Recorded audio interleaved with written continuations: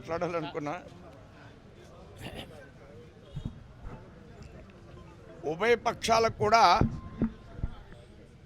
అసెంబ్లీలు ప్రజా సమస్యల్ని చర్చించే విషయంలో ఘోరంగా అవమానకరమైన అసెంబ్లీలో డెమోక్రసీకి వ్యతిరేకమైనటువంటి పదజాలాలతో ఉభయలు స్పందించేటువంటి తీరుని భారతీయ జనతా పార్టీ తీవ్రంగా ఖండిస్తుంది. గత అసెంబ్లీలో నేను వైసీపీ రానప్పుడు 3 సంవత్సరాలు నేను కౌన్సిల్ సభ్యుడిగా ఉన్నాను, 4 సంవత్సరాలు సుమారు. కానీ ఈ సందర్భంలో అసెంబ్లీ జరగడమే, కౌన్సిల్ జరగడమే చాలా ఇబ్బందికరమైనటువంటి పరిస్థితి నేను గమనిస్తూ,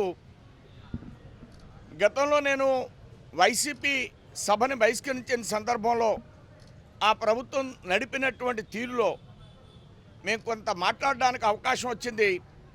ఇప్పుడు ప్రతిపక్ష పాత్ర పోషిస్తున్నటువంటి తెలుగుదేశం సభని ప్రతిరోజు వాళ్ళ కొన్ని అంశాలను రేకెత్తించడం, దానికి విరుద్ధంగా ఇటువైపు నుంచి ట్రెజరీ బెంచీల్లో మాట్లాడడం, ఉభయలు కూడా పట్టుదలగా బూతులు తిట్టుకుంటూ అసెంబ్లీలో ఫోటోలు తీయకూడదు అయినా కూడా సభ్యులు ఫోటోలు తీస్తూ, ఆ ఫోటోలు తీస్తుంటే వాళ్ళ మీదకి యుద్ధాలకు ఇటువైపు నుంచి వెడుతూ ఒక భయానకమైనటువంటి వాతావరణాన్ని నిర్మాణం చేస్తుంటే, నిజంగా కూడా ఒక సిద్ధాంతపరమైన కార్యకర్తగా మేము పీడీఎఫ్కి సంబంధించిన వాళ్ళం చాలా ఇబ్బంది పడుతున్నాం.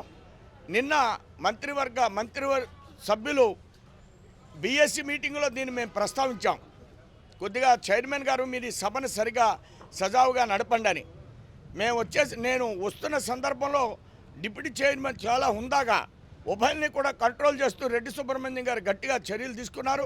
వారిని నేను అభినందిస్తున్నాను. ఉభయలు కూడా సభని హుందాతనం కాపాడడంలో జాగ్రత్తగా వ్యవహరించాలని వారికి విన్నవిస్తున్నాను. సార్, రాష్ట్ర అభివృద్ధిలో కేవలం రాష్ట్ర ప్రభుత్వం యొక్క ఏం చెప్తారు? నేను చాలా డీటెయిల్గా మాట్లాడాను ఈవేళ. చాలా డీటెయిల్గా నేను అన్నీ ఎక్స్ప్లెయిన్ చేశాను.